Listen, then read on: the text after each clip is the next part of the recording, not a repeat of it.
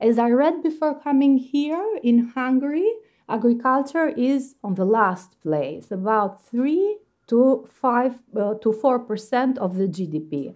And the main part is composed by services. You have the main part services, then you have the other part composed to construction, industry, and so on. And on the last place, there is agriculture regarding your country.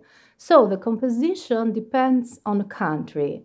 Here is for Albania. The values are for your 2023. And this is the composition. Regarding the GDP, there are three methods how we can estimate GDP. First of all, I was part, as I said before, for estimating GDP by production approach. The second one is by expenditure approach, and the third one is by income approach. In our country, we estimate GDP by the two first methods, by production approach and by expenditure approach. We have done experimental work regarding the third one, but what we got, the values that we got, were not so good to integrate and to make this figure official. So we are still working on the third method. So I'll present a little bit the three today. I don't know how it is in your country. Maybe you can check during my presentation. But in Albania, in STAT, Institute of Statistics, which is the institution responsible, the only one for, let's say, producing this macroeconomic indicator, estimates this into figures, into methods. There are also other institutions. They can make a projection, can make a prognosis of how GDP is going to be in the future. Ministry of Finance, maybe it has its estimations how will be GDP in next year. But the only one institution that is responsible for producing this figure, the official one, is only Institute of Statistics regarding Albania. So we can move on to the first method, which is the GDP by production approach. I will say it in a very simple way. You can, for you to understand, but of course it was not really my work. It may seem very, very easy, but imagine that you have a whole information that has to be integrated to have the estimation of this macroeconomic indicator that then is composed to the all sectors of the economy. The estimation of GDP by production approach, I say here, that can be summarized in two steps. We have here the gross value added, GVA, at basic prices for all the branches of economy that I showed before in the infograph. Those are the branches of economy. And this GVA, gross value added, is estimated as a difference between the production, I mean the output of each sector, minus the intermediate consumption, which means what are the materials, what are the services that are included to produce at least this phone. All the steps for reaching this phone are intermediate consumption, and we deduct them. And then we adjust the gross value added with taxes and subsidies, deducting also the financial intermediation services indirectly measured. So the second step, first of all, we have to deduct from production the intermediate consumption and adjust it with FISIM. And on the second step, we have to adjust the value with taxes, adding taxes on products and subtracting subsidies on products. And here we go, and we got GDP at market prices. This is the way, a theoretical way. Here I have, let's say, example for you to understand what I said before in theory. We have to identify here the value added. It's very simple, okay? So we can take it step by step. It's not difficult. It says that a farmer grows a bushel of wheat and sells it to a miller for $1. Then the miller turns the wheat into flour and sells it to the baker for $3. And then the baker uses the flour to make a loaf of bread and sells it to the engineer for $6. And then the engineer eats the bread. Okay? This is the process. So, the solution is here. We have value added by each person. In each step is the value of good produced minus the amount the person paid for the materials needed to make the good. As I said before, the final good is my phone, and all the materials during the process are deducted, which means that is the intermediate consumption. So let's go back to the example. Therefore, the value added by the farmer is only $1. Okay, here we started. Then the value added by the miller is $2. She sells the flour to the baker for $3 and paid $1 for the flour. And so on, we can move to the third step. The value added by the baker is 3, sells the bread to the engineer for $6, but paid the miller 3 for the flour. So the GDP is the total value added, 1 plus 2 plus 3, in total $6. That is, if you can note, the price that the engineer paid for the bread at the final. Okay? Let's move on to the second, GDP by expenditure approach.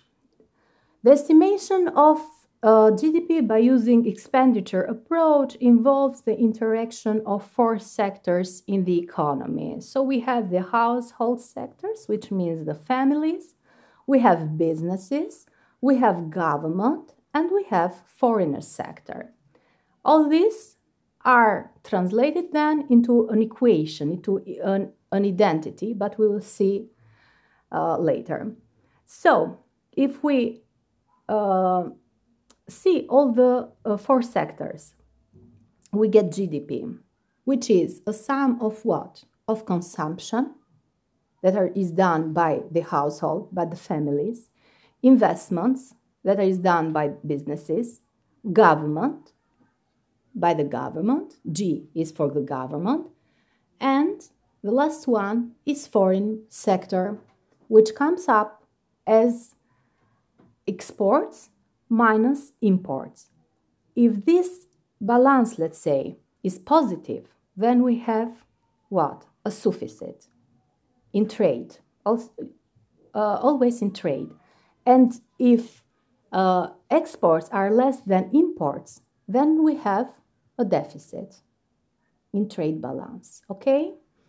So, from this equation, we obtain the nominal GDP at current prices. Current prices means that are the prices of today, of this year, okay? And constant prices means that are the prices of a base year, which is mostly a previous year, okay?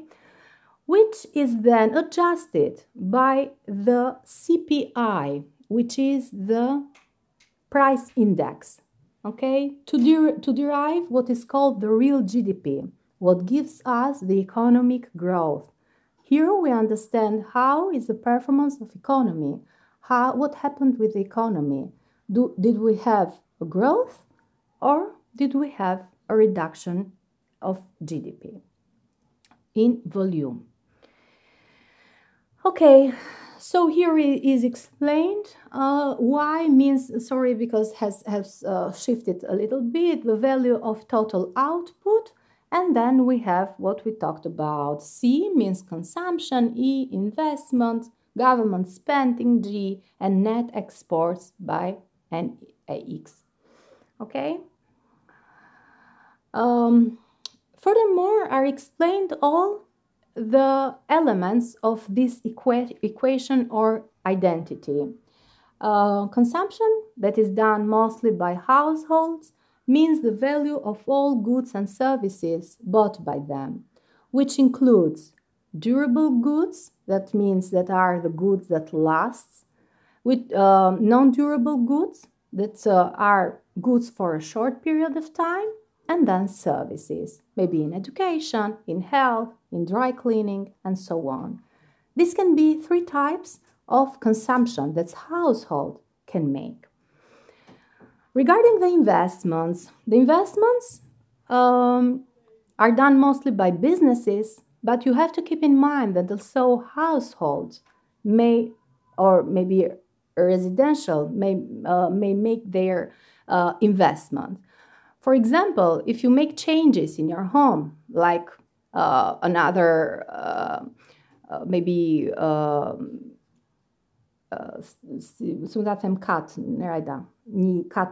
another step, upgrade your house, for example. This means that it's not included in consumption. You have to have in mind that it's not considered consumption, but you have to include it here as an investment, that it is done by consumers, okay? And inventory investment, the change in the value of all firms' inventories. Government. Here are included all the spending the governments make in streets, in schools, all in infrastructure and so on is included here, but transfers are excluded. What is the main, let's say, part of transfer? Are pensions, okay? People that get retired get pension, and here is included transfer. Is included in the transfer. Unemployment insurance payments are also included here, or also payments that are given for people who are disabled and so on are included in the transfer, because they do not represent spending on goods and services for the government. And the last one, as I explained before, we composed by exports, the value of goods and services sold to other country, what gets out of our country and is exported, and imports, the value of goods and services purchased from other countries. And here we go, we get net exports that I said before can be negative, is if imports are greater than exports, and positive if exports are greater than imports. The last one, GDP by income approach, calculates the value of income generated by factors of production, and here we include compensation of employees, production taxes, subsidies, and gross operating profit or gross mixed income. What can be some of the shortcomings of GDP? We understood the concept, we understood the methods, how it is estimated.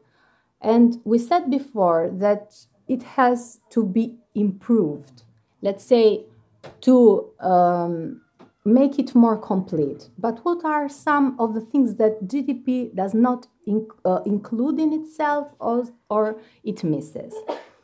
First of all, excluded production, okay? Not everything is included in the GDP. Household production, GDP does not account for goods and services produced with households, such domestic labor, caregiving, other non-market activities that contribute to well-being. For example, if I take care for my children, or if you take care of your grandmother, grandfather, parents, and so on, isn't included somewhere in the GDP. The housework that we make, cleaning and so on, is not included in the GDP. But there is something happening there. There is something, a value added that exists there. So these activities are not included because they are not traded into the market. I take care of my children, and it's not included in GDP, but if I take a babysitter and pay her, of course, this transaction, something is happening, it will be included in the GDP, okay? If I take someone to do all my housework for cleaning my house, of course, it will be registered in the GDP, okay? But if you do it by yourself, the repair of the window, which is broken, and so on, it's not included somewhere in the GDP, your work that you do in your own house. Furthermore, illegal production, okay? What is illegal? Drugs are illegal, prostitution, okay? Black market is illegal, are not included in the GDP. But you have to keep in mind that are some countries, for example, Germany, that has the prostitution legal, okay? And they have in their GDP a voice there, okay, with prostitution that is estimated and is part of the GDP.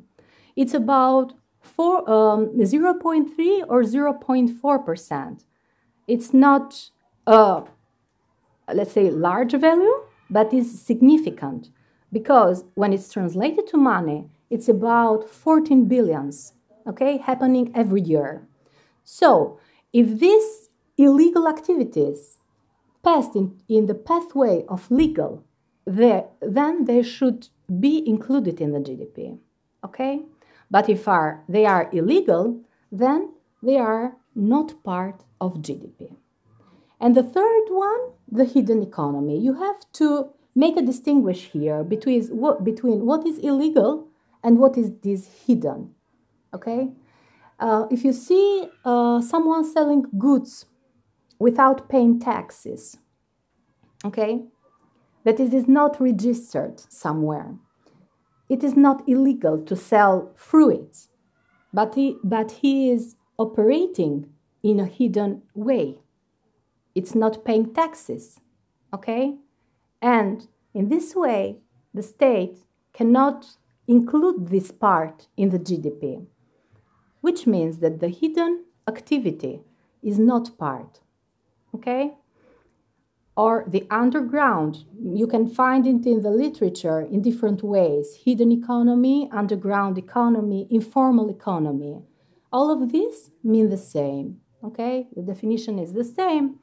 Are some unreported work or transactions, or such as under-table payments or unregistered small businesses that perform their activities in such way without paying taxes, and something is happening, transactions are happening there. Moreover, GDP does not include our free time. If, for example, if I like to paint and I have different paints in my room, let's say, there is in fact a value added because at the end I have a paint, okay? But it is not, let's say, part of the trade. There hasn't happened a transaction, okay? Moreover, human costs and benefits. Have you heard about external negative externalities? Okay, which means that is the environmental damages, health risks done by different businesses. Social costs are not part of the GDP. And moreover, the positive side, let's say social benefits for education, health, and so on, other services, are also not included in the calculation. Moreover, GDP gives us a total measure of economic output. So we have a total value, but we don't have information of the services and goods that are produced. Are the services and goods good, or are they harmful? Okay, we have only a total value, but we don't know about their quality. And I can relate to the next point, the quality of goods, that it is not reflected. Measures GDP, the value of goods and services based on their market prices, but we doesn't know if their quality, what is happening about their quality. Maybe all the production may be cheap, maybe not lasting too long, and so on. But it is counted in GDP. We have their value added, okay? And the last one, GDP is incomplete if we don't see it in ratio to the population of a country. I said before that GDP is a total value, but GDP per capita is more gives a more, let's say, accurate assignment of what is happening in the economy of a country. Okay. Now I'm moving a little bit to the non-observed economy. And we are going to talk about the importance, why it is important to know also the other side, the hidden economy, the informal economy, the non-observed economy. It's about the quality of the indicators that we produce. Statistics has as their main objective the exhaustiveness. I mean, to include everything in the figures, to produce real figures, to show what is really happening in the economy. We can get figures, but maybe they are incomplete. We have made non very good estimations because we have left things out. So in this way, we have a focus or objective as statisticians to ensure what is called exhaustiveness. Because if we have an incomplete assessment of economic activities, we will get underestimated economic indicators, and furthermore, we are going to make decisions that maybe are not correct, okay? Because remember, the statistics that are produced goes in interest for various people, okay? Not only for us to understand how economy is going, but there are policymakers that want to know and to make decisions about what is going to happen in economy of a country, what is going to happen with the labor of a country, with the social and economic part of the country, okay? So they take policies in the statistics that are produced, and GDP is one of them. Here are the group of interests that are interested to improve this figure, okay? To improve the measurement of the non-observed economy and the observed economy also. National accountants, because if the accountants have the lack of coverage, causes imbalances in the internal accounting, national accounts, as a result of partial reporting of transactions. Policymakers, as I said before, its evaluation makes it possible for the policy to make them more successful and more efficient. Also, academics and other users are interested in the GDP and the non-observed economy.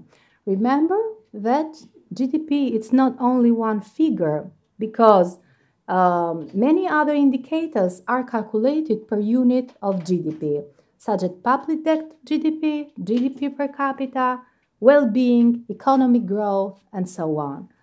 So what I want to say is that other indicators are related to GDP. It's not only one figure, but it serves for different indicators to be calculated, as it is public debt to GDP, which is one of the most important. Here is a little bit of history. Maybe I'm going a little bit short here. What is important is the OECD Manual for Measuring Non-Observed Economy is a key document that outlines, that is a guideline for statisticians how to estimate the non-observed economy. It involves methodology mostly. And I want to emphasize here the the work that is undertaken to design the methodology of tabular approach, Eurostat tabular approach, as I said in the beginning, is a method, or maybe is a methodology in which countries that are part of the EU are obliged to report to Eurostat. Albania does it, even it's because it's a candidate country and has to follow the path to be part of the EU countries. I guess that you do it also. You report in Eurostat through the Eurostat tabular approach. Before this year's, there were some expert methods, but they are mostly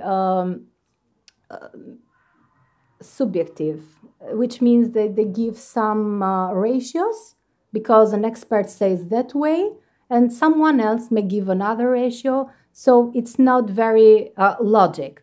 So the manual of OECD made it more clear to follow the path and to estimate this non-observed economy. So from year 2060, all EU member states are required to report their results on conclusion under this approach. We have here a scheme and the method, let's say, how to estimate the non-observed economy. This Eurostat tabular approach is composed by 7 types of non-observed economy. The first one is producers should have registered, or underground producers, and is related to the labor part. There are some businesses who do not declare all their employees. They hide them. So there is something happening. There is something that is hidden. So we try through this Eurostat tabular approach to estimate the part of the labor that is hidden. And 2 is illegal producer. We explained it before. And 3 is producer not obliged to register. And 4 and 5 come together and are registered legal person not included in statistics and entrepreneur not included in statistics. Depends only on the form here. And 6 is very important. Here we have misreporting producers, which means that there are some businesses who hide their income or make their expenses higher, lower their income and make their expenses look higher. They are also part of N6. And at the end, N7 includes mostly tips. If you go somewhere and get a service, and if you like the service, you leave tips, okay? If you like maybe your haircut, if you get a massage and so on, if you were relaxed and so on, you can give a tip. In fact, the person, the business that takes the money, register the transaction regarding the payment, and the tips is not registered somewhere. But in the non-observed economy, we have to catch all the value. Actually, me and my colleague, Neraida, which is also a professor in economics in our institution, are trying to find some alternative methods for estimating non-observed economy. And the literature says that there can be some other methods how you can estimate non-observed economy. The first one is the method using monetary aggregates, such as cash deposit, how much cash is around.